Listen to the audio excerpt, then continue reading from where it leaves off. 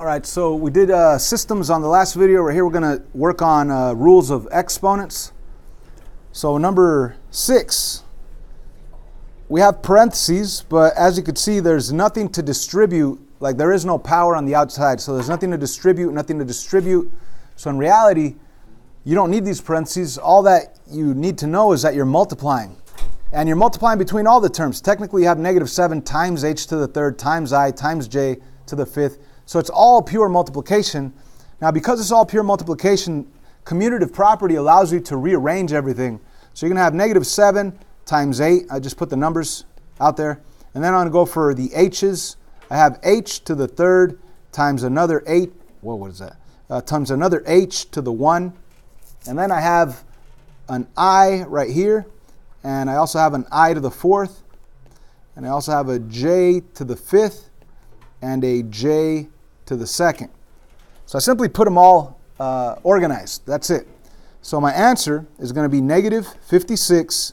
And when I go h to the third times h to the 1, I end up adding the exponents. So that'll be h to the fourth. And then I times I to the fourth, that'll be I to the fifth. And then j to the fifth times j to the second, j to the seventh. And ladies and gentlemen, that's your answer right there in blue. So that was rule 1 of exponents, where you add the exponents when you're multiplying terms with the same base. Now, number 7, 8, and 9, those are interesting. So number 7 does have a combo. Actually, all these have combo rules. Number 7, you do distribute from the outside in. So this power is going to be placed on every single term as a power.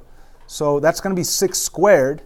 When you have a power to a power, you need to multiply, so that's going to be a to the 17th. So 6 squared, we already know that's 36. And then a to the 7th, a to the 14th, right? So we're going to have,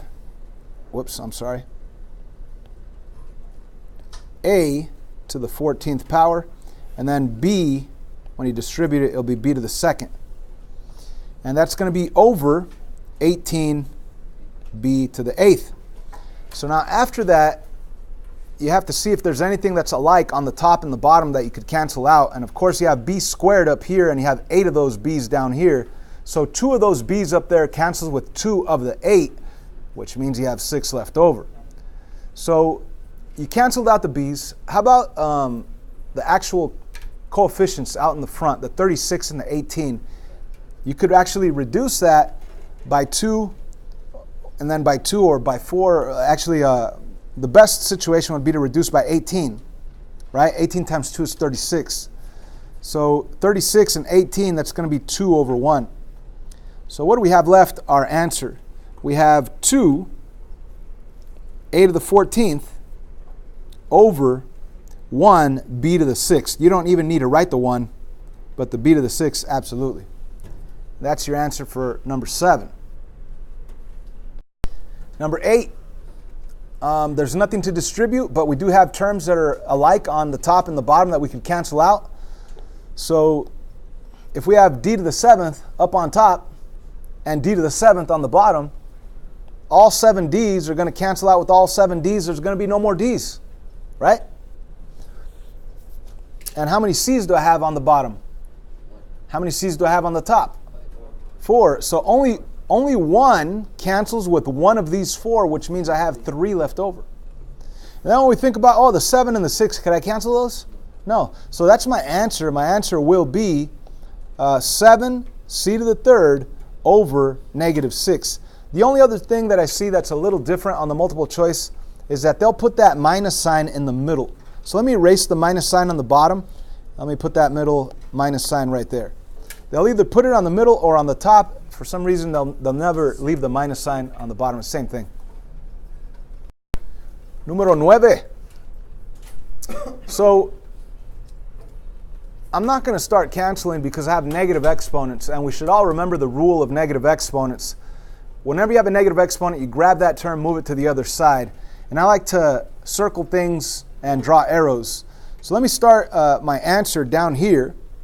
And let me first start by taking this a to the -7 and putting it right next to the a that's on the bottom. So here's the a that's on the bottom, and here's the a to the positive 7 after I move it down to the bottom. Now, I might as well also, before moving the rest, I do have the coefficient 24 on top and the coefficient 6 on the bottom. So 24 divided by 6 is 4, and there's only nothing left on the bottom, so I could put a 1. Anyway, I do have that 4 up on top and the 1 on the bottom, which I don't even need. I won't write it on my answer. But let's move everything else. I do have this b to the negative 3, and that's going to go up here right before the b to the 4th. So here's the b to the 4th that was originally up there, and here's the b to the positive 3 now that I moved it up. What else? I also need to move this c to the negative 2. I need to move it up there, and it's going to become positive c to the 2nd. So I've moved everything. I used different colors so you guys could see the movement better. What did not move, I left in black. And now it's just a question of combining the b's and the a's.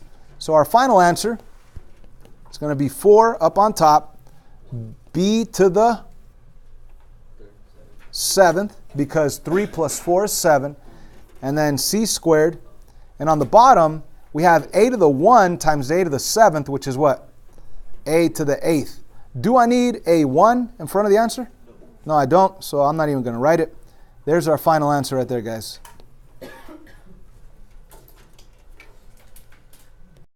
There's a couple of more exponent problems. Number 10, pretty easy. You have a negative exponent. What do we do with that negative exponent? Move it to the other side, right? So we could start moving exponents to the other side. I am. There's other ways. There's many roads to the same place. I want to pretend that this is a fraction, and I want to take those negative exponent terms and I want to move them down to the bottom, and it's going to become positive. This is also going to go down and become positive.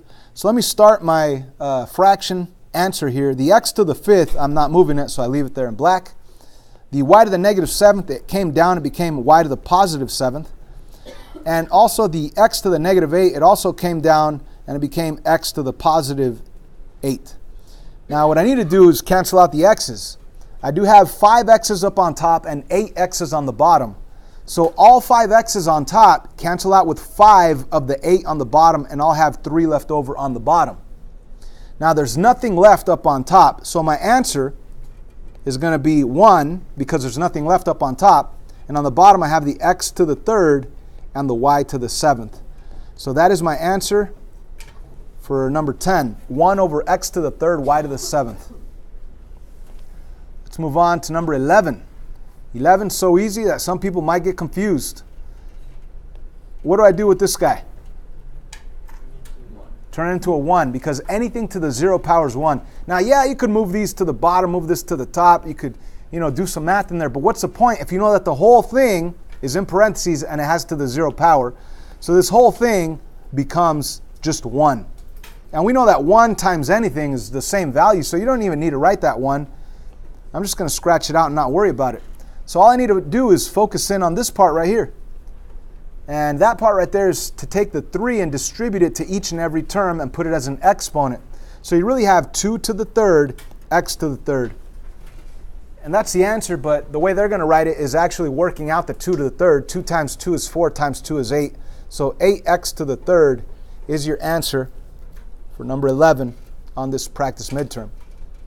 Here we have radicals, and they want us to simplify. And these radicals are technically written as rational exponents. We should all know that 8 to the 1/3 power is simply the 3rd root of 8, and the 3rd root of 8 is 2. Not only that, guys, your calculator does these problems for you. So if you have this problem, even if your calculator doesn't do fractions, you could type it in like this: 8, and then put the caret button, open up some parentheses, put 1 divided by 3, close parentheses, hit equal, it'll give you the answer 2. Okay? And the same thing with 12b, 81 to the 1/4 power. You could use a calculator. Same thing with 512 to the 9th power. Of course, you could also use logic and think, oh, the 4th root of 81. Let's think about that. 2 times 2 times 2 times 2, 4 times, that's not 81. How about 3? 3 times 3 is 9, times 3 is 27, times 3 is 81. So we know that the answer to number 12b is 3. That's your answer. Of course, the calculator does all this for you. 512 to the 1/9 power. Anybody have a calculator? Help me out here. 512 to the 1/9 power. 2? All right. So the answer to number 12C is 2, done on the calculator. Moving on. Write each expression in radical form or write each radical in exponential form. These are like 2 easy points on the midterm. We also had this on the past test, I believe.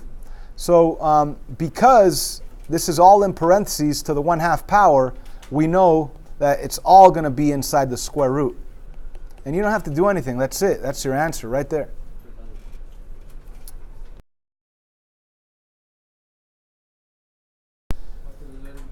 Yeah, and whenever it's a square root, you don't need to actually write a 2 right here. I mean, you can. That's totally fine.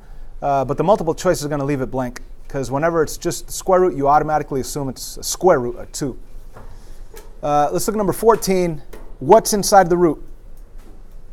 B is the only thing that has the power of 1/2. 7's on the outside. So 7's on the outside, square root of B on the inside.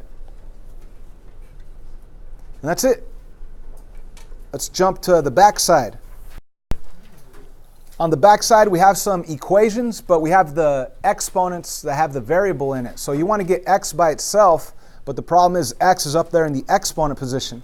So we know that this base is 5. We would love this base to be 5. So we have 5 to the x equals 5 to the what? That's the question.